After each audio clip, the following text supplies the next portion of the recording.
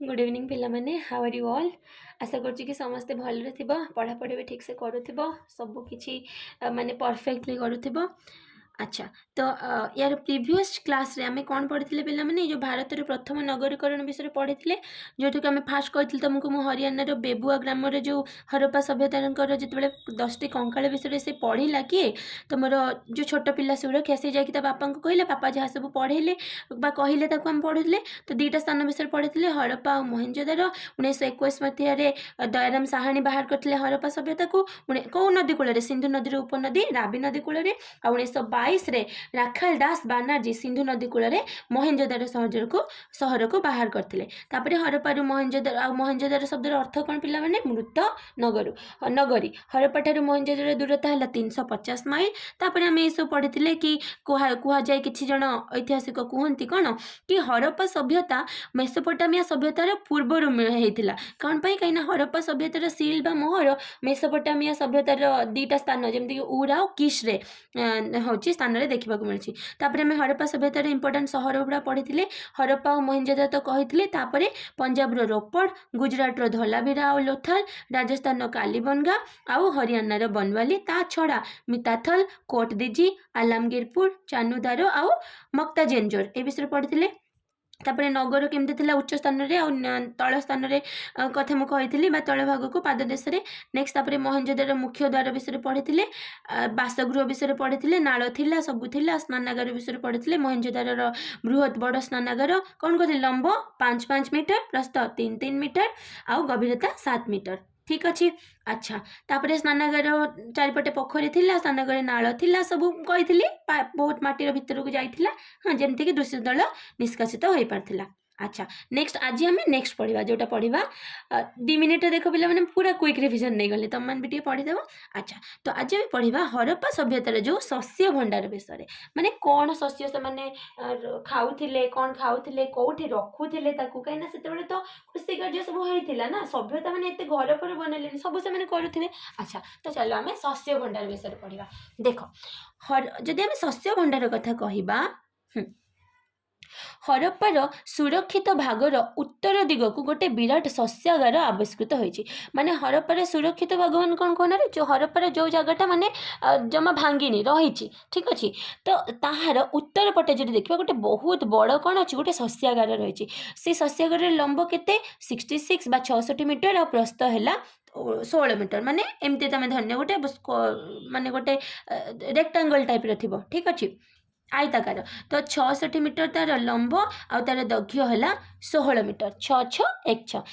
अच्छा पुणी शस्यागार भितर 2टा प्रकोष्ठ माने 2टा कोठरी थिला ए दुई प्रकोष्ठ मध्य चौड़ा यातायात पथ थिला माने बुझिपारछ ना पिला माने ए कोठरी एपटे गोटे घर एपटे गोटे घर ता भितर पुणी जीवा आसिया पई एटी रास्ता भी थिला। अच्छा ये बृहत शस्यागार दक्षिण यार दक्षिण केतेक गोलाकार चट्टाण मिलूला माने गोल गोल वाला कौन रे जगह चट्टाण मिलूला यही चट्टाण गुड़िक कौन शस्य अमल व्यवहृत होता माने बुझीपार ये चट्टाण कहीं व्यवहृत होता पे शस्य अमल धर से नहीं आसले धान गहम जहाँ करुले ठीक अच्छे तो नहीं आसला बेले रखिए कौटी अमल करेंगे केमती तो ये रखुले। मोहेंजोदारोर एक विशाल शस्यागार देखा जमी आम पढ़े मोहेंजोदारो सब मुख्य आकर्षण थी तार स्नानागार सेमती गोटे विशाल शस्यागार भी देखा मिले ये जो मोहेंजोदारोर जो शस्यागार अच्छी तार लंब के पे 48 मीटर आउ चौड़ा है 15 मीटर बुझीपार ना पे देख ये 2टा पढ़े प्रथम में हरप्पा विषय पढ़े हरप्पार जो माने मिली शस्यागार से 66 मीटर तार लंब आ 16 मीटर प्रस्थ तापर से मोहेंजोदारो जोटा मिली माने मोहेंजोदार 2टा जगह ना मोहेंजोदारो भी गोटे कौन विशाल शस्यागार मिली जोटार कौन दैर्घ्य है तुम 48 मीटर आउ प्रस्थ है 15 या माने आम कहीपर हरप्पा सभ्यतार जोटा थिला माने जो शस्यागारटा मिली से बड़ आ मोहेंजोदारो जो शस्यागारटा मिली से छोट ठीक अच्छे बुझिपार कहीं पे देख एटा केते कहला एटा देख एटा केते बड़ हो 66/16 एटा देख पे मैंने 48/15 माने ये 48 मीटर ये 15 मीटर जोटा मोहेंजोदारोर हरप्पार देख 66 मीटर और 16 मीटर ताले बड़ कोटा ऑब्वियसली हरप्पार। अच्छा कालीबंगा ठारे गोटे शस्यागार मिली कालीबंगा पे देखी मन आसते तुमको ये ऊपर ये देख कालीबंगा कौटी राजस्थान रे मन पका पंजाब रो रोपड़, गुजरात रो लोथाल ढोलावीरा, राजस्थान लो कालीबनगा, हरियाणा रे बनवाली। तो ये जो राजस्थान लो कालीबनगा ठारे कौन मिली पिला माने एठी भी तुमर मिली गोटे शस्यागार 3टा जगह मिली मन रहा हरप्पा मिली सबुठ बड़ 66 तार दैर्घ्य मीटर आ प्रस्थ है 16 से भाया मोहेंजोदारो भी मिली 48 मीटर लंब और 15 मीटर चौड़ा आ कालीबनगा ठारे भी मिली गोटे शस्यागार ठीक अच्छे। अच्छा नेक्स्ट तापर चला सभागृह। सभागृह माने कौन रे लोक मैंने भी तो बसुवे कथबार्ता करुवे कौन करवा कौन ना तो गोटे सभा बनवाई सब तुम जमी मीटिंग हुए कि हुए फिस्ट मीटिंग है एपाई मीटिंग है तो पूजा पाई मीटिंग है तो से हरप्पा सभ्यतार भी कौन होता रे सभा बसुला तो से जो सभा हरप्पा सभ्यतार बसुला तो कौन होता देख जो कौटी कौटी सभा मिली जदि प्रथम आम कह मोहेंजोदारो। मोहेंजोदारो नगर मध्य 70 मीटर लंब आ 23 मीटर प्रस्थ केते 70 मीटर लंबा आउ 23 मीटर प्रस्थ जदि एटा हला तुमर 70 एटा हला 23 है मीटर लंब आ प्रस्तर कौन मिली रे गोटे प्रकांड गृह। एटा कौन होता माने आमे कहि परिबा कि मे भी प्रत्नतत्वविद माने भाबुछन आमे तो जानि नाहंती कोन होतबो कहउछन एते बड़ घर तले माने गोटे विशाल गृह कोन हबो निहाती सभा फभा होतबो तो सेति पई कि कोन 70 मीटर लंब और 23 मीटर जो प्रस्थ वाला गोटे प्रकांड गृह मिली आउ प्रत्नतत्वविद माने विश्वास करते कि एही गृहटी सभा किंबा प्रार्थना पई व्यवहृत हो जानछ पिला माने ए जो घर नथिला 70 मीटर लंबा और 23 मीटर प्रस्थ एथिरे केतेटा कोठरी थिला एथिरे थिला पिला माने तमरा 5टी कोठरी केतेटी कोठरी 5टी प्रकोष्ठ बा कोठरी आ एथि एहा 25टी खंभ विशिष्ट गोटे पोड़ा इटारे तैयार होतिला माने भाबो 25 गोटी खंभ विशिष्ट पोड़ा इटा केतेटी खंभ विशिष्ट रे 25टी खंभ विशिष्ट पोड़ा इटा द्वारा तैयारी हेतिला। अच्छा नेक्स्ट चलो सामाजिक जीवन सभागृह विषय बुझिल सामाजिक जीवन कौन पिला माने लोक माने केमिति रहुथिले सामाजिक जीवन केमिति थिला देख हरप्पा सभ्यतार लोक मानकर सामाजिक राजनीतिक विषय रे आमे विशेष किछि कौन रे जानती आमे विशेष किछि जानि नाहंती केमिति थिले कौन नै एते जानि नाहंती किंतु जीविका अनुसार आमे कहि परिबा कि से माने सामाजिक व्यवस्था परिचालित हेउतबार अमन माने किछि ऐतिहासिक प्रत्नतत्वविद माने कहते आमे तांको विषय तो जानंतिनी सामाजिक जीवन केमिति थिला किंतु किछि प्रत्नतत्वविद बा ऐतिहासिक कहती कि कौन होता कि किसी जीविका माने किसी जन धर कृषक थिले किंबा आउ किसी जन कौन जमती आम पढ़ले बहुत सारा काम हो पारुला जमती घर बना पारुला मे भी सही कम करुवे तो से भाया जीविका अनुसार से माने समाज चलता तापर देख आम पढ़ा हरप्पा कृषि कार्य कौन कौन कृषि होता हरप्पा सभ्यतार आदिवासी माने कृषि को मुख्य जीविका रूपे ग्रहण करुले नदी कूल उर्वर समतल भूमि कृषि कार्य उपयुक्त थिला से माने एक नूतन प्रकार लंगल व्यवहार करिकी कृषि कार्य करथिले कौन करथिले देख माने कृषि से माने हरप्पा सभ्यतार लोक मानकर कौन लंगलर व्यवहार से माने जानिथिले प्रधानतः कौन सब चाष करथिले पिला माने गहम ज कपा मन रहा कौन कहली गहम माने व्हीट ज यानी कि बार्ले आ कपा यानी कि कॉटन है।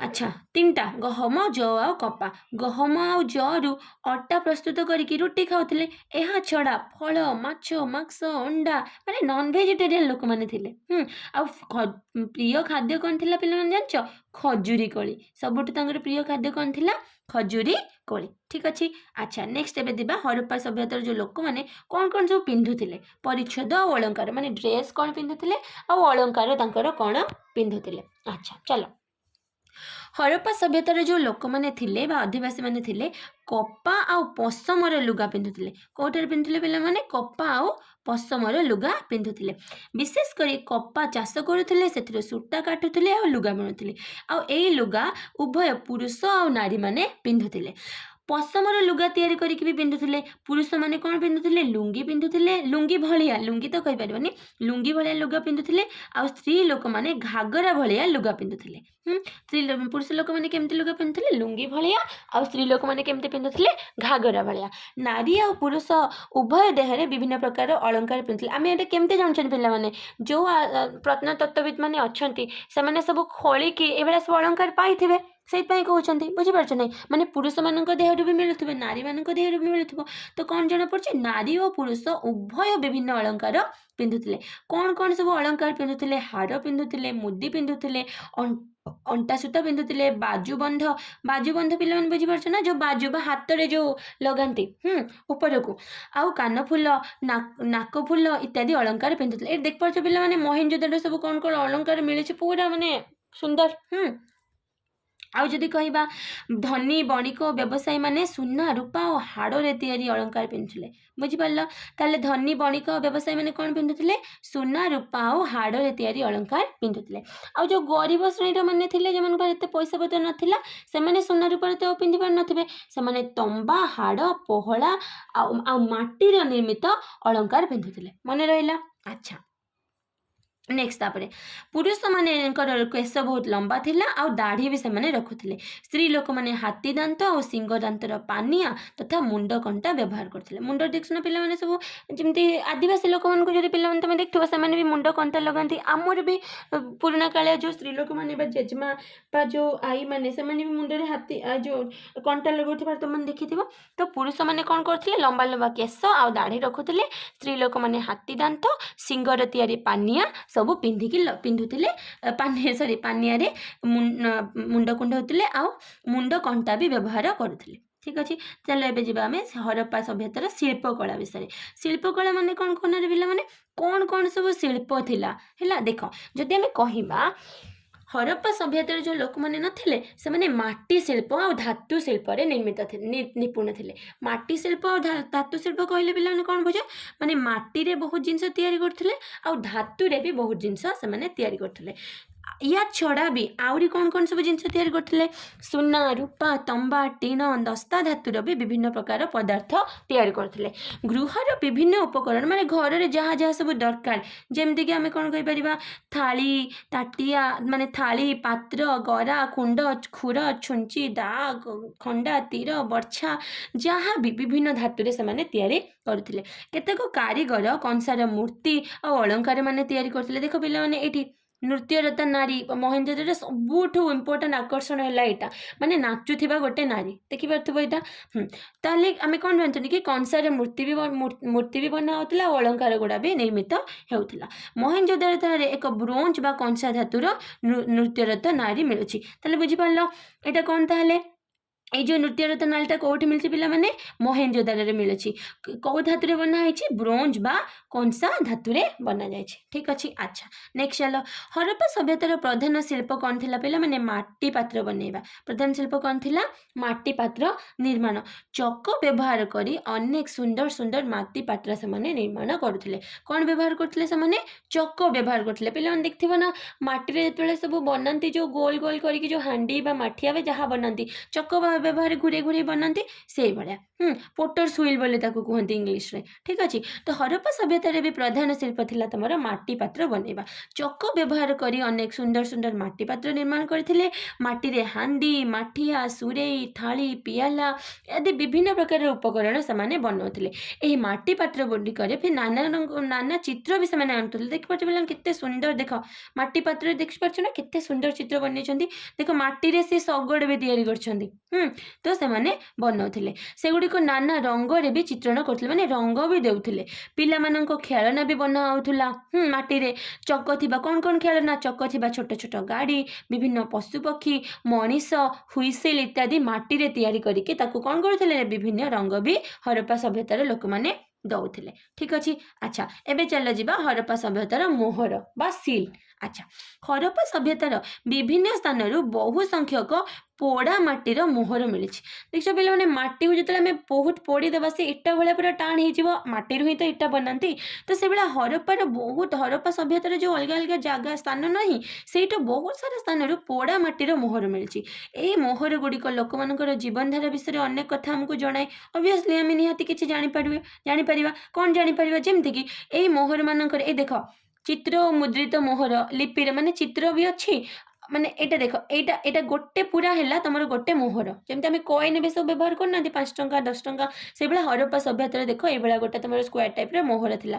ଏଇ ମୋହରରେ ଦେଖିପାରୁଥିବ ବୃଷଭ, ମଇଁଷି ସବୁ ଏଇଠି ଦେଖ ଲେଖା ହେଇଛି କ'ଣ ଗୋଟେ ଆଜି ଯାଏ ପିଲାମାନେ ଜାଣିଛ ପ୍ରତ୍ନତତ୍ତ୍ୱବିତ୍ ମାନେ ବୁଝିପାରୁନାହାନ୍ତି ହରପ୍ପା ସଭ୍ୟତାର ଅକ୍ଷରରେ କ'ଣ ଲେଖା ହେଇଥିଲା ବୁଝିପାରୁଛ ନା ସେତେବେଳେ କ'ଣ ଲେଖିଥିଲେ ସେମାନେ ଏତେ ଯାଏ ବି ତାକୁ ପଢ଼ା ହେଇପାରି ନାହିଁ ବୁଝିପାରିଲ। ଆଚ୍ଛା ତ ଯଦି ଆମେ ମୋହର କଥା କହିବା ଏଇ ଯେଉଁ ହରପ୍ପା ସଭ୍ୟତାର ମୋହରମାନଙ୍କରେ କାହା କାହାର ସବୁ ମୂର୍ତ୍ତି ଥିଲା ବୃଷଭ ମଇଁଷି ଗୟଳ ହସ୍ତୀ ସର୍ପ କୁମ୍ଭୀର ବିଭିନ୍ନ ବୃକ୍ଷ ବହୁ ପ୍ରକାର ବହୁତ ନାରୀମାନଙ୍କର ମୂର୍ତ୍ତି ଯୋଗାସନର ମୂର୍ତ୍ତି ହଁ ଏଇସବୁ ଦେଖିବାକୁ ମିଳେ। ତାହେଲେ ଏଇଠୁ ତୁମେ କ'ଣ ଜାଣିଥିବ ଏଇସବୁ ମାନେ ଯେଉଁ ବୃଷଭ ବା ଷଣ୍ଢ ଯେଉଁ କହୁଛନ୍ତି ମଇଁଷି ଗୟଳ ହସ୍ତୀ ସର୍ପ କୁମ୍ଭୀର ବିଭିନ୍ନ ବୃକ୍ଷ ବହୁତ ନାରୀ ଯୋଗାସନ ମୂର୍ତ୍ତି ଏଗୁଡ଼ା ସବୁ କ'ଣ ମାନେ ସେଇ ସମୟରେ ଏଗୁଡ଼ା ସବୁ ଥିବେ ସେଇଥିପାଇଁ ସେମାନେ ଯଦି ତମେ ଲେଖିନଥିବ ହାତୀକୁ ତମେ କ'ଣ ହାତୀର ପିକ୍ଚର କାଟିପାରିବ ସେଇଭଳିଆ ବନେଇ ପାରିବାନି। ତ ୟା ମାନେ ଏଇ ଯେଉଁ ବୃଷଭ ମଇଁଷି ଗୟଳ ହସ୍ତୀ ସର୍ପ କୁମ୍ଭୀର ବିଭିନ୍ନ ପ୍ରକାର ବୃକ୍ଷ ସେ ସମୟରେ ଥିଲେ ଠିକ୍ ଅଛି। ଆଚ୍ଛା ମୋହରରେ ଏକ ପ୍ରକାର ଲିପି ଖୋଦିତ ହେଇଛି ମୁଁ କହିଥିଲି ଗୋଟେ ପ୍ରକାର ଲେଖା ଅଛି ଆଜି ଯାଏ ତାହାକୁ ପଢ଼ାଯାଇପାରେ ନାହିଁ ହେଲା ଏଗୁଡ଼ିକ ସେମାନଙ୍କର ଧର୍ମ ବାଣିଜ୍ୟ ଆଉ ସାମାଜିକ ବ୍ୟବସ୍ଥା ବିଷୟରେ ଆମକୁ ସୂଚନା ଦିଆଯାଇଛି। ଏଠି ଦେଖ ସିନ୍ଧୁ ପ୍ରଦେଶର ମୋହର ଏମିତିକା ଥିଲା ଦେଖିପାରୁଥିବ ଠିକ୍ ଅଛି। ନେକ୍ସଟ ଯିବା ବାଣିଜ୍ୟ ମାନେ କ'ଣ ସେମାନେ କମର୍ସ କେମିତି କରୁଥିଲେ କେଉଁ ଜାଗାରୁ କ'ଣ ଆଣୁଥିଲେ ସେଇ ବିଷୟରେ ଏବେ ପଢ଼ିବା। ଦେଖ ହରପ୍ପା ସଭ୍ୟତାର କେତେକ ମୋହରରେ ଯେଉଁ ସବୁ ମୋହର ମିଳିଛି ବହୁତ ସାରା ମୋହରରେ ଡଙ୍ଗାର ଛବି ମିଳିଛି ୟା ମାନେ କ'ଣ ଜଣାପଡ଼େ କି ଡଙ୍ଗାର ଛବି ମିଳିଛି ମାନେ ନୌ ବାଣିଜ୍ୟ କରୁଥିଲେ ନୌ ବାଣିଜ୍ୟର ଅର୍ଥ କ'ଣ ସେମାନେ ପାଣିରେ ଗୋଟେ ଜାଗାରୁ ଡଙ୍ଗାରୁ ଆଉ ଗୋଟେ ଜାଗାକୁ ଯାଉଥିବେ କାହିଁକିନା ଡଙ୍ଗା ବି ମିଳିଛି ସେମାନେ ବଳକା ଶସ୍ୟ ବିଭିନ୍ନ ଅଳଙ୍କାର ମାଟି ପାତ୍ର ଇତ୍ୟାଦିକୁ ନେଇ ବାଣିଜ୍ୟ କାରବାର କରୁଥିଲେ। ଗୁଜୁରାଟର ଗୋଟେ ଜାଗା ଅଛି ପିଲାମାନେ କହିଥିଲି ଲୋଥାଲରେ ପୋତାଶ୍ରୟର ଅବଶିଷ୍ଟ ମିଳିଛି ପୋତାଶ୍ରୟକୁ ଇଂଲିଶରେ କ'ଣ କୁହନ୍ତି କୁହନା ପିଲାମାନେ ଡକୟାର୍ଡ କ'ଣ କୁହନ୍ତି ଡକୟାର୍ଡ DOCKWARD ହେଲା ଏ ଯେଉଁ ଗୁଜୁରାଟର ଯେଉଁ ଲୋଥାଲ ଥାଲେ ଯେଉଁ ପୋତାଶ୍ରୟଟା ମିଳିଛି ସେଇଠି କ'ଣ ହେଉଛି ରେ ମାନେ ପୋତାଶ୍ରୟର ଅବଶେଷ ମିଳିଛି ମାନେ ଏଇ ଦେଖ ଗୁଜୁରାଟର ଲୋଥାଲରେ ଥିବା ପୋତାଶ୍ରୟ ମାନେ ଗୁଜୁରାଟର ଲୋଥାଲ ଠାରେ କ'ଣ ହେଇଛି ରେ ଏ ଯେଉଁ ହରପ୍ପା ସଭ୍ୟତାର ଯେଉଁ ପୋତାଶ୍ରୟଟା ମିଳିଛି ମାନେ ଏଇଠୁ ଜଣାପଡ଼ୁଛି କି ଯେଉଁ ହରପ୍ପା ସଭ୍ୟତାର ଯେଉଁ ଲୋକମାନେ ଥିଲେ କ'ଣ କରୁଥିଲେ ସେମାନେ ବାଣିଜ୍ୟ କରୁଥିଲେ ଏଇଠୁ ଦେଇକି ସେମାନେ ଯାଉଥିବେ ସେମାନେ ଭାରତ ଭିତରେ ଆଉ ବାହାରେ ଭାରତ ଭିତରେ ତ କରୁ ହିଁ ଥିଲେ ବାଣିଜ୍ୟ ତା ଛଡ଼ା ବାହାରକୁ କେଉଁଠି ଯାଉଥିଲେ ଦେଖ ପିଲାମାନେ ସେମାନେ ଆଫଗାନିସ୍ତାନକୁ ଯାଉଥିଲେ କେଉଁଠି ଯାଉଥିଲେ ପିଲାମାନେ ଆଫଗାନିସ୍ତାନକୁ ଯାଉଥିଲେ ମେସୋପଟାମିଆକୁ ଯାଉଥିଲେ ଠିକ୍ ଅଛି ଯିବାର ପ୍ରମାଣ ତାହେଲେ ମନେ ରହିଲେ କେଉଁ ଦୁଇଟା ଜାଗାକୁ ଯାଉଥିଲେ ଗୋଟେ ହେଲା ତୁମର ଆଫଗାନିସ୍ତାନ ଆଉ ଗୋଟେ ହେଲା ମେସୋପଟାମିଆ। ଆଚ୍ଛା ଏବେ ଯିବା ଆମେ ଲିପି ମାନେ ହରପ୍ପା ସଭ୍ୟତାର ଲିପି ବିଷୟରେ ମାନେ କ'ଣ ଲେଖୁଥିଲେ କେମିତି ଲିପି କାହାକୁ କୁହନ୍ତି ପିଲାମାନେ ଗୋଟେ ଅକ୍ଷରକୁ ଆମେ କେମିତି ଲେଖନ୍ତି ଯେମିତି ମୁଁ କହିଲି ଅ କହିଲା ବେଳକୁ ମୁଁ ଲେଖୁଛି ତାହେଲେ ଏଇ ଯେଉଁ ଲେଖାଯାଉଛି ମାନେ ଏଇ ଲେଖିବାର ଶୈଳୀକୁ କୁହନ୍ତି ଲିପି ହେଲା ଯେମିତି ମୁଁ କହିଲି ଯେତେବେଳେ କହିଲି ହିନ୍ଦୀରେ ଲେଖିଲି ହିନ୍ଦୀର ଲିପିକୁ କ'ଣ କୁହନ୍ତି ପିଲାମାନେ ଦେବନାଗରୀ ହେଲା ସେଭଳିଆ ଇଂଲିଶର ଲିପି ମୁଁ କହିଲି ବି ଏମିତି ଲେଖିବି ଏଇ ଯେଉଁ ବି ଲେଖିବି ସେମିତିକା ଇଂଲିଶର ଲିପିକୁ କ'ଣ କୁହନ୍ତି ପିଲାମାନେ ୟାକୁ କୁହନ୍ତି ଯେଉଁ ରୋମାନ ଲିପି ସେଭଳିଆ ଓଡ଼ିଆରେ ଲିପିକୁ କ'ଣ କୁହନ୍ତି ପିଲାମାନେ ତମମାନେ ସର୍ଚ୍ଚ କରିବ ଖୋଜିକିରି ମୋତେ ଜଣାଇବ ଠିକ୍ ଅଛି।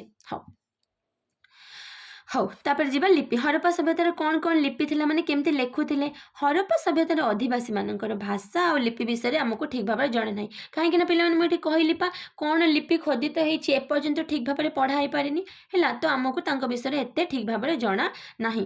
ମୋହର ଗୁଡ଼ିକର ଯେଉଁ ସବୁ ଚିହ୍ନ ମିଳିଛି ଆମେ କହିପାରିବା କି ତାଙ୍କର ଲିପି କ'ଣ ଥିଲା ଛବି ମାନେ ଜଷ୍ଟ ଖାଲି ଚିତ୍ରରେ ତାଙ୍କର ମାନେ ସେମାନେ ଚିତ୍ରକୁ ବ୍ୟବହାର କରିକି ଲେଖୁଥିଲେ ହେଲେ ଯାହା ସେମାନେ କହିବାକୁ ଚାହୁଁଥିଲେ ସେମାନେ ସବୁ ଲେଖି ଦେଉଥିଲେ କେମିତି ମାନେ ଚିତ୍ର ବନେଇ ଦେଉଥିଲେ ଠିକ୍ ଅଛି। ଏବେ 400ରୁ ଅଧିକ ଚିହ୍ନ କ'ଣ ହେଇଛି ଚିହ୍ନ ବା ଛବି ଆବିଷ୍କାର କରେ ମାନେ 400ରୁ ଅଧିକ ଭାବ ଏ ଛବି ଦ୍ୱାରା ଲୋକମାନଙ୍କର ମନର ଭାବ ପ୍ରକାଶ କରୁଥିଲେ ଅବଭିୟସଲି ଆମେ କହିଦେଉଛୁ ମୁଁ କହୁଛି କଲମ ମୁଁ ଏଠି ଲେଖିଦେବି କ'ଣ କଲମ ଏଇଟା ମୁଁ ଲେଖିଦେଲି କିନ୍ତୁ ସେମାନେ ତ କଲମ କହିପାରୁନଥିବେ ସେମାନେ କ'ଣ କରୁଥିବେ ଗୋଟେ କଲମର ପିକ୍ଚର ବନେଇ ଦେଉଥିବେ ବୁଝିପାରୁଛ କି ନାହିଁ ତ ମୁଁ ତ ଏତେ ଭଲ ପରଫେକ୍ଟ ବନେଇ ପାରିଲିନି ତମମାନେ ବନେଇ ପାରିବ ହେଲା ତ କଲମ ସେମାନେ ମାନେ ଫର ଏକ୍ଜାମ୍ପଲ ମୁଁ କହିଲି ଲୋକମାନେ ମନର ଭାବକୁ କେମିତି କରୁଥିଲେ ଛବି କରିକି ବା ଛବି ମାଧ୍ୟମରେ ପ୍ରକାଶ କରୁଥିଲେ। ଆଚ୍ଛା ଏବେ ଯିବା ଧର୍ମ ମାନେ ହରପ୍ପା ସଭ୍ୟତାର ଲୋକମାନେ କ'ଣ ଧର୍ମ ବା ଯେଉଁ କାହାକୁ ପୂଜା କରୁଥିଲେ କ'ଣ କରୁଥିଲେ ସେଇ ବିଷୟରେ ଆମେ ଏବେ ଧର୍ମ ବିଷୟରେ ଜାଣିବା। ହରପ୍ପା ସଭ୍ୟତାରେ କୌଣସି ମନ୍ଦିର ଦେଖିବାକୁ ମିଳେନି ମାନେ ହରପ୍ପା ସଭ୍ୟତାରେ କ'ଣ ନାହିଁ ରେ ମନ୍ଦିର ନାହିଁ ମାନେ आमे जानिले कि सी कौनसी मंदिर देवादेवी को एते माने मंदिर नहीं पत्थर मूर्ति तंबा किंबा पोड़ा माटीर मोहर उपरे खोदा होइथिबा मूर्ति देखो ये गोटे देवी मूर्ति पिला माने देखि पारथुबो ना देवी मूर्ति भल से देख बहिरे देख और बेटर देखि परिबो ठीक अच्छे ये जो देवी मूर्ति कथा जदि आम कहवा तो ये पत्थर मूर्ति जो हरप्पा सभ्यतार आम तो मंदिर ना तो पत्थर मूर्ति तंबा किंबा पोड़ा माटीर मोहर उपरे कौन कर माटी को माने पूरा मोहर पूरा सुखे माने गरम करके जमी इटा भाया बन देकी कौन कर मूर्ति बना जाऊला अनुमान करा जाय पारे कि किछि देवता थिले जेमती कि पर्टिकुलाली पशुपति देवी वृषभ सर्प वृक्ष आदि को कौन करथिले से पूजा करथिले केतेक मोहर रे मातृका मूर्ति देखा मिले माने माँ ये देख ये देख पार पे देवी मूर्ति गोटे आम देखिले ये देख पे पशुपति मूर्ति आम प्राय हिंदू धर्म रे शिव को पूजा करे जाए शिव को पशुपति बोली कहती माने पशुपति माने किंतु ए जो शिव को पूजा जो पशुपति से शिव नुहंती मन रख भल से पशुपति अर्थात पशु मानकर राजा पशु मानकर पति बुझिपार तो सी पशुपति को पूजा करुले तेणु लोक मैंने आम जापर कि देवता को माने देवी को भी पूजा करुले आ पशुपति को भी पूजा करुले हरप्पा सभ्यतार लोक मैंने मृत व्यक्तिर जीवन रही था विश्वास करते से कौन विश्वास करते कि लोक मरीगला भी तार जीवन थाए तेणु से कौन करते सबुगुड़ी को उत्तर दिग को मुंड कर समाधि देउथिले से पे पिला माने देखथिबो घरे जेतेले सुवंती कौन कौन हे उत्तर पट कमे मुंड देकी सोचो पूर्व पट को सो दक्षिण पट को सो कहीं ना विश्वास करा जाए कि जो मैंने मरी जाती से माने कौन मुंड को उत्तर पटे दे कर देके सोई दि जाए से हरप्पा सभ्यतार भी जो सब गुड़िक थिला कौ पटे तांकर मुंड थिला पिला माने उत्तर पटे मृत व्यक्ति से माने विश्वास करथिले कि मरीगला परे भी गोटे जीवन अच्छी से मृत व्यक्ति सहित तार जेते अलंकार व्यवहार करथिबा पात्र दर्पण माने ऐना बाड़ी सब जिनस को से पोती देउथिले ठीक अच्छे बुझीपार अच्छा एबे देखिबा हरप्पा सभ्यतार पतन माने हरप्पा सभ्यता कहीं नष्ट हो गला कौन पाई एते बड़ माने मॉडर्न बा जो उन्नत सभ्यता थिला सब किछि थिला ताले कौन हैला जोति पई से सभ्यता माटी तळे पुड़ी गला माने बा पति हो गला देखो प्राय ख्रीष्टपूर्व 2000 वर्ष बेलको हरप्पा सभ्यतार पतन आरंभ हो गला मु कहतली ख्रीष्टपूर्व 5000 रु स्टार्ट हेतला तो प्राय ख्रीष्टपूर्व 2000 वर्ष बेलको पिला माने कोन हैला हरप्पा सभ्यतार पतन आरंभ हो जातला एहार पतन पई किछि गुडी को कारण दायी कौन कौन देख आमे तो सठिकली जानी ना आमे तो देखी ना तथापि अनुमान करा जाए विशेषज्ञ मैंने मत दियंती कि किसी प्राकृतिक घटना होइथिबो प्राकृतिक घटना मे भी होइथिबो कि सिंधु नदी रे बन्या आसी जाइथिबो से पई कोन हेतबो लोक माने छाड़ी कि सिंधु नदी पाख हरप्पा सभ्यता को आउटे जगह पळै जाइथिबे तो जेउ स्थान को पळै जाइथिले से स्थान रे ए सभ्यता आरंभ करथिले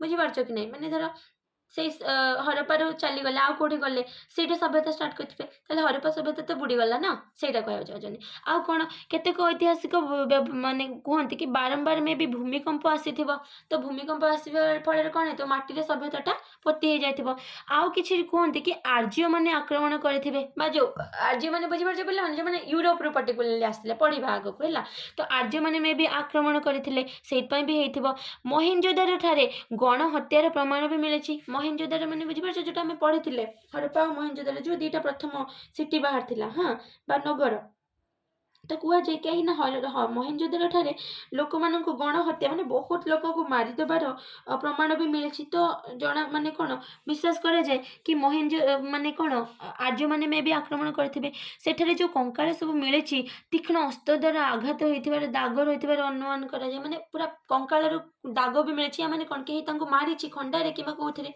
केतेक ऐतिहासिक कहते कि प्लेग महामारी आसीथिबो सेई पई हरप्पा सभ्यता कौन हेतिबारे बुड़ी जाइथिबो बुझि पारलो कि नहीं अच्छा कारण विभिन्न रास्ता मानकर कंकाल गुड़िक पड़ी देखा जाइछि या माने आमे कौन जानछन्ती कि हरप्पा सभ्यता काहे की होछि बुड़ी जाइथिला बा पोती हे जाइथिला बुझिएला ताल पिला माने आज आमे कौन पढिले टिके आउ थरे जस्ट ओवरऑल देखि देबा चलो जदि आमे कहिबा पिला माने देखो प्रथमे आमे कौन पढिले एगोटे तो आम आगु प्रिवियस क्लास रे पढ़ी थे आउ थे कहीदे पिला माने आम प्रथमे पढ़िले कि हरप्पा बा जो ये रहा 2500 रु ख्रीष्टपूर्व 1500 भितर होता तापर जदि आम कह प्रथमे नगर कल्पना विषय पढ़िले नगर परिकल्पन उच्च स्थान में कौन मैंने रोते सब माने बड़ बड़ लोक मैंने जमी धर्मजाजक राजकर्मचारी शासक आउ तले रोते तुम साधारण लोक कृषक तापर मोहेंजोदारो विषय पढ़िले बासगृह घर केमती नाल सब से पढ़िले स्नानागार विषय पढ़िले ଯେମିତିକି ମହେଞ୍ଜୋଦାରୋର ସବୁଠୁ ବୃହତ୍ ସ୍ନାନାଗାର ତାର କେତେ ଦୈର୍ଘ୍ୟ ଆଉ ପ୍ରସ୍ଥ,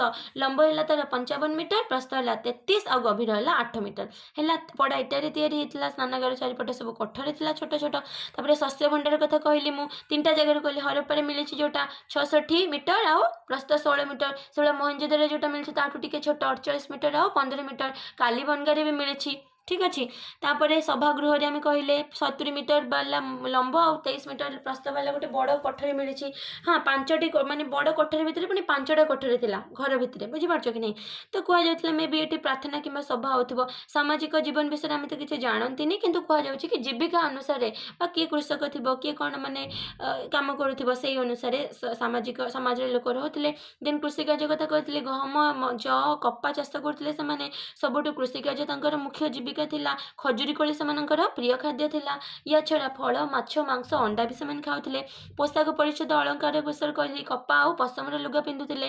ହାର, ମୁଦି, ଅଣ୍ଟା ସୂତା, ବାଜୁବନ୍ଧ, ବଳା, କାନଫୁଲ, ନାକଫୁଲ ଏସବୁ ପିନ୍ଧୁଥିଲେ। ଧନୀ ଶ୍ରେଣୀର ଲୋକମାନେ କ'ଣ କରୁଥିଲେ, ସୁନା, ରୂପା ଆଉ ହାଡ଼ରେ ତିଆରି ଅଳଙ୍କାର ପିନ୍ଧୁଥିଲେ। ଗରିବ ଲୋକମାନେ ତମ୍ବା, ହାଡ଼, ପୋହଳା ଆଉ ମାଟି ତିଆରିରେ ନିର୍ମାଣ ପିନ୍ଧୁଥିଲେ ଅଳଙ୍କାର। ପୁରୁଷମାନେ କେଶ ଲମ୍ବା ରଖୁଥିଲେ, ଦାଢ଼ି ରଖୁଥିଲେ।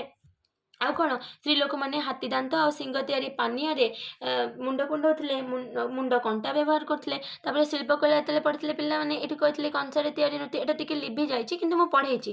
ଛୁଞ୍ଚି, ଦାଆ ଏଗୁଡ଼ା ସବୁ ପଢ଼ିଥିଲେ। ପଶୁ ପକ୍ଷୀଙ୍କର ଚିତ୍ର ଥିଲା। ଏଇ ଦେଖ ମାଟି ପାତ୍ର, ମାଟିରେ ତିଆରି ଶଗଡ଼, କଂସାରେ ଯେଉଁ ନୃତ୍ୟରତା ନାରୀ, କେଉଁଠି ମିଳିଛି ପିଲାମାନେ ଏଇଟା? କହିଥିଲି ଏବେ ପୁରା କହିକିରି ଗଲି। କେଉଁଠି? ମହେଞ୍ଜୋଦାରୋ ଠାରେ। ଏଇ ଦେଖ ଏଇ ମହେଞ୍ଜୋଦାରୋ ଠାରେ କ'ଣ ହେଇଛି, କଂସା ବା ବ୍ରୋଞ୍ଜର ତିଆରି ଗୋଟେ ମୂର୍ତ୍ତି ମିଳିଛି। ତା ଛଡ଼ା ବି ମାଟି ପାତ୍ରରେ ନିର୍ମାଣ ଥିଲା। ପ୍ରଧାନ ଶିଳ୍ପ ତାଙ୍କର କ'ଣ ଥିଲା, ମାଟିରେ ଜିନିଷ ବନେଇବା, ମାଟି ପାତ୍ର ନିର୍ମାଣ ହେଲା। ଏଗୁଡ଼ା ସବୁ ଆମେ ପଢ଼ିଥିଲେ। ନେକ୍ସଟ ଆଉ କ'ଣ ପଢ଼ିଥିଲେ? ନେକ୍ସଟ ତାପରେ ପିଲାମାନେ ଆମେ ମୋହର ବିଷୟରେ ପଢ଼ିଥିଲେ। ଯଦି ହରପ୍ପାନ ମୋହର କଥା କହିବା, ବିଭିନ୍ନ ସ୍ଥାନରେ ମୋହର, ଯେଉଁ ସେଇ ମୋହରରେ ବୃଷଭ, ମଇଁଷି, ଗୟଳ, ହସ୍ତୀ, ସର୍ପ, ବିଭିନ୍ନ କୁମ୍ଭୀର, ବହୁ ନର ନାରୀ, ଯୋଗାସନ ମୂର୍ତ୍ତି ସବୁ ଦେଖିବାକୁ ମିଳେ। ଦେଖ ଏଇଠି ଆମେ ସିନ୍ଧୁ ପ୍ରଦେଶର ମୋହର କଥା କହିଲେ। ହଁ, ମୋହରରେ ଗୋଟେ ପ୍ରକାର ଲିପି ଲେଖା ହେଇଥିଲା। ସେ ଲିପିରେ କ'ଣ ଏତେ ଯାଏ ପଢ଼ା ହେଇପାରିନି। ଦେନ୍ ତାପରେ ବାଣିଜ୍ୟ କଥା ପଢ଼ିଲେ। ବିଭିନ୍ନ ଅଳଙ୍କାର, ବଳକା ଶସ୍ୟ ଯାହା ରହୁଥିଲା ସେମାନେ ବାଣିଜ୍ୟ କରୁଥିଲେ। ଗୁଜରାଟର ଲୋଠାଲ ଥାଳେ ଗୋଟେ ପ୍ରତାଶ୍ରୟ ମିଳିଛି। ସେଇଠୁ ଆମେ ଜାଣତେ ପଡ଼ିଥିଲେ କି କେବଳ ଭାରତ ଭିତରେ ନୁହେଁ, ବାହାରକୁ ବି ସେମାନେ ଯାଉଥିଲେ। ଯେମିତିକି ମୁଁ 2ଟା ଦେଶ ନାଁ କହିଥିଲି, ଆଫଗାନିସ୍ତାନ ଆଉ ମେସୋପୋଟାମିଆକୁ ସେମାନେ ଯାଉଥିଲେ। ତାପରେ ଲିପି ବିଷୟରେ ଆମେ ପଢ଼ିଲେ କି ହରପ୍ପାର ଲିପି କ'ଣ ଲେଖାଯାଇଛି ଆଜି ପର୍ଯ୍ୟନ୍ତ କେହି ବୁଝିପାରୁନାହାନ୍ତି। ତଥାପି 400ରୁ ଅଧିକ ଚିହ୍ନ ବା ଛବି ଏତେ ଯାଏ ବ୍ୟବହାର ମାନେ ମିଳିଛି। ଆଉ ସେମାନେ କେଉଁ ଲିପି ବ୍ୟବହାର କରୁଥିଲେ, ଛବି ଲିପି ବା ଯେଉଁ ମାନେ ଚିତ୍ର ସେମାନେ ଅଙ୍କନ କରୁଥିଲେ। ଦେଖ ଦେବୀ ମୂର୍ତ୍ତି ବି ମିଳିଛି। ଗୁଜରାଟର ଲୋଥାଲ ଥାଳେ ଯେଉଁ ପୋତାଶ୍ରୟ ମିଳିଛି, ଆମେ ପଢ଼ିକି ଆସିଛେ ଏଗୁଡ଼ା। ତାପରେ ଧର୍ମ କଥା ଯଦି କହିବା, କିଛି ମନ୍ଦିର ତ ଦେଖାଯାଇନି। ପଥର ମୂର୍ତ୍ତି କିମ୍ବା ପୋଡ଼ା ଇଟା ମୋହର ଉପରେ ସବୁ ମୂର୍ତ୍ତି ଥିବାର ଦେଖାଯାଏ। ଆଉ ପଶୁପତି, ଦେବୀ, ବୃଷଭ, ସର୍ପ, ବୃକ୍ଷ ଆଦିଙ୍କୁ ସେମାନେ ପୂଜା କରୁଥିଲେ। କେତେକ ମୋହରରେ ମାତୃକା ବା ମାଙ୍କର ମୂର୍ତ୍ତି ଦେଖିବାକୁ ମିଳିଛି। ତେଣୁ ଲୋକମାନେ ଦେବୀ ପୂଜା ବି କରୁଥିଲେ। ଠିକ୍ ଅଛି। ଆଉ ସେମାନେ ବିଶ୍ୱାସ କରୁଥିଲେ କି ମରିଗଲା ପରେ ଗୋଟେ ଜୀବନ ଅଛି, ସେଇପାଇଁ ସେ ଶବମାନଙ୍କୁ ଉତ୍ତର ପଟେ ମୁଣ୍ଡ କରିଦେଉଥିଲେ ଆଉ ତାକୁ ଶୁଆଇ ଦେଉଥିଲେ। ଆଉ ତାକୁ ସବୁ କିଛି ତାର ଯାହା ବ୍ୟବହାର ଜିନିଷ, ଅଳଙ୍କାର, ବାଡ଼ି, ଦର୍ପଣ ସବୁ କିଛି ଦେଉଥିଲେ। ଠିକ୍ ଅଛି। ଆଉ ହରପ୍ପା ସଭ୍ୟତା କାହିଁକି ପତନ ହେଲା କହିଲି। ମେ ବି କିଛି ଲୋକ ମାନେ ଐତିହାସିକ କୁହନ୍ତି, ବିଶେଷଜ୍ଞ କୁହନ୍ତି କି ସିନ୍ଧୁ ନଦୀରେ ବନ୍ୟା ଆସିଯାଇଥିଲା। କିଛି ବିଶେଷଜ୍ଞ କୁହନ୍ତି କି ବାରମ୍ବାର ଭୂମିକମ୍ପ ଆସିଥିଲା। କିଛି ବିଶେଷଜ୍ଞ କୁହନ୍ତି କି ଆର୍ଯ୍ୟମାନେ ଆକ୍ରମଣ କରିଥିଲେ। କାହିଁକି ନା ମହେଞ୍ଜୋଦାରୋ ଠାରେ ଗଣହତ୍ୟାର ବି ପ୍ରମାଣ ମିଳିଛି। ହଁ, ସେଥିରେ ଯେଉଁ କଙ୍କାଳ ସବୁ ମହେଞ୍ଜୋଦାରୋରେ ମିଳିଛି, ତୀକ୍ଷ୍ଣ ଅସ୍ତ୍ର ଦ୍ୱାରା ଆଘାତ କରାଯିବାର ଦାଗ ବି ମିଳିଛି। ଆଉ କିଛି ଜଣ ଐତିହାସିକ କୁହନ୍ତି କି ପ୍ଲେଗ ମହାମାରୀ ଆସିଯାଇଥିବ। ତ ସେଇ ସବୁ କାହିଁକି ନା ରାସ୍ତା ଯେଉଁ କଙ୍କାଳ ସବୁ ମିଳିଛି, ହରପ୍ପାର ଯେଉଁ ନାଳମାନଙ୍କରେ ଯେଉଁ ସବୁ କଙ୍କାଳ ମିଳିଛି, ହଁ ସେଥିରେ କ'ଣରେ ବହୁତ ସାରା ଯେଉଁ ମାନେ କଙ୍କାଳ ବି ମିଳିଛି ନା। ତ ସେଇଥିପାଇଁ ମେ ବି ରାସ୍ତାରେ ତାହେଲେ ଯେତେବେଳେ ଚୁହା ଅଧିକା ମାନେ ମୂଷା ଆଡ଼ୁ ପ୍ଲେଗ ବି ହେଇଯାଇ ପାରିଥିବ। ବୁଝିପାରୁଛ କି ନାହିଁ। ତ ଏଇସବୁ ଥିଲା ହରପ୍ପା ସଭ୍ୟତାର ପତନର କାରଣ। ତ ପିଲାମାନେ ତାପରେ ଦେଖ କ୍ୱେଶ୍ଚନ୍ ଆନ୍ସର୍ ତ ବହୁତ ଦେଇଛି। ମୁଁ ଆଉ କ'ଣ କହିବି, ସବୁ ତ ଚାପ୍ଟର ଆମେ ପଢ଼ିଲେ। ତ ତୁମମାନେ ଟ୍ରାଏ କରିବ କି ନିଜେ ସବୁ ଚାପ୍ଟର ଗୁଡ଼ା କମ୍ପ୍ଲିଟ୍ କରିବା ପାଇଁ। ନହେଲେ ମୋତେ କହିବ। ଠିକ୍ ଅଛି। ଏଠି ଦେଖ ମୁଁ କିଛି ସର୍ଟ କ୍ୱେଶ୍ଚନ୍ କହିଦେଉଛି, ତୁମମାନେ କରିଦେଇପାରିବ। ଲଙ୍ଗ୍ କ୍ୱେଶ୍ଚନ୍ ନିଜେ କର। ପିଲାମାନେ କେବେ ବି ବହି ମାନେ MBDରୁ ଟେଷ୍ଟ ପେପରରୁ ମାନେ ଚୋରି କରିକି ଲେଖିବାକୁ ଚେଷ୍ଟା କରିବନି। ସବୁବେଳେ ନିଜେ ଖୋଜିବ ବହିରୁ ଲେଖିବ। କାହିଁକିନା ଯେତେ ଖୋଜିବ ସବୁ ନିଜର, କାହିଁକିନା ଯିଏ ବହି ଟେଷ୍ଟ ପେପର ସବୁ ବନାଉଛନ୍ତି, ସେମାନେ ବି ତ ଖୋଜିକି ହିଁ ଲେଖିଥିବେ ନା। ତ କାହିଁକି ନା ତମେ ହିଁ ନିଜେ ଖୋଜିବ। ତ ମୁଁ କହୁନି କି ତମେ ଟେଷ୍ଟ ପେପର ୟୁଜ୍ କରନି, କର, କିନ୍ତୁ ନିଜେ ବି ବୁଝ, ନିଜେ ପଢ଼। ତାପରେ ଯଦି ଦେଖିପାରିବ ଦେଖ, କିଛି ପ୍ରୋବ୍ଲେମ୍ ନାହିଁ। ଠିକ୍ ଅଛି। अच्छा ताले खाली मु शॉर्ट क्वेश्चन पिला डिस्कशन कर दउची मोर काम है बुझे देबा तापरे पढ़ीबा नोट करियो तुम मनकर काम ठीक अच्छे देख हरप्पा और मोहनजोदड़ो सभ्यता को कहीं सिंधु सभ्यता कहुए कहीं सिंधु नदी कूल प्रथम जो दुईटा माने नगर मिलता से हरप्पा और मोहनजोदड़ो हरप्पा सभ्यतार लोक मैंने क्यों लिपि कौन लिपि कहले पिला माने छवि लिपि नेक्स्ट मोहनजोदड़ो अर्थ कौन मृत नगरी हरप्पा सभ्यतार लोक मैंने मुख्यतः क्यों चाष करते कहीकि आसले पिला माने तीनटा चाष से कौन चाष ये देख कृषि कार्य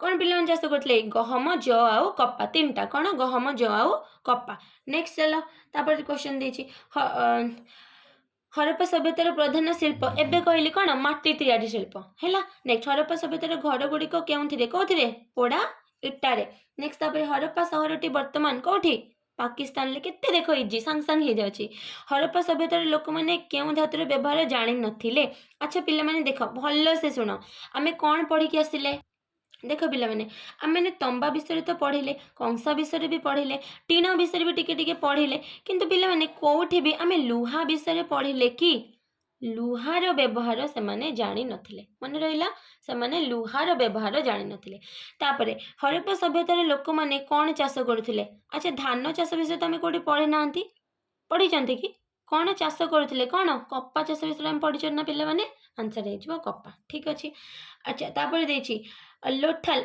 पूरा इजी छवि छवि लिपि कौटी देख निजे कर पे कौन कह हरप्पा कौटी अच्छी निजे पे किसी डाउट है मत कह ठीक अच्छे अच्छा चलो हरप्पा सभ्यतार लोक मान मुख्य खाद्य भात थिला कौन थिला मुख्य खाद्य कहीकि आसिले निजे कर पे जहाँ भी डाउट है तथा मुझे करदे देख पिला माने मुई क्वेश्चन टा कर देछि तमन पई 5 नंबर देख देछि लोथाल लोथाल कौन अच्छे डॉकयार्ड बा पताश्रय मोहनजोदड़ो रे स्नानागार छवि लिपि मोहर मानकरे हरप्पा रावी नदी कूल देन घर छात समतल नेक्स्ट तापर देख हरप्पा सभ्यतार लोक मान मुख्य खाद्य भात थिला कौन थिला खजूर कली देन तापर देछि शस्यगार गुड़िक साधारणतः शस्य अमल पई रहिथिला ना शस्य को रखिबा पई ताको ठीक अछि अच्छा नेक्स्ट तापर हरप्पा रे घर ऊपर महला को जीवाई पत्थर तैयारी सीढ़ी कौन काठर तैयारी सीढ़ी हरप्पा सभ्यतार आदिवासी माने बेपार वाणिज्य को मुख्य जीविका नाई बेपार वाणिज्य नाला कौन थिला पे कृषि तांकर मुख्य जीविका थिला ठीक अच्छे तो एथि सहित आमर 3rd चैप्टर बा तुम जो 4th चैप्टर टी सर जाइए नेक्स्ट क्लास रे आमे पढ़िबा विभिन्न जीवन धारण प्रणाली एगुड़ार क्वेश्चन गुड़ा पिला तुमने कर जदि कौन भी डाउट है मत कह सब किसी बही अच्छे ना करे ही देवी ठीक अच्छे हाँ पंचम अध्याय नेक्स्ट क्लास रे पढ़िबा से पर्यंत भलसे पढ़ुथबो ठीक ठाक से रहउथबो निजर ड्यूटी ठीक से करथबो आउ वीडियो भल लगिले लाइक करिवो आउ तुम सांग मान सहित शेयर करिवो ताकि से माने भी पढ़ंतु आ सब किछि जानंतु ठीक अच्छे धन्यवाद थैंक यू।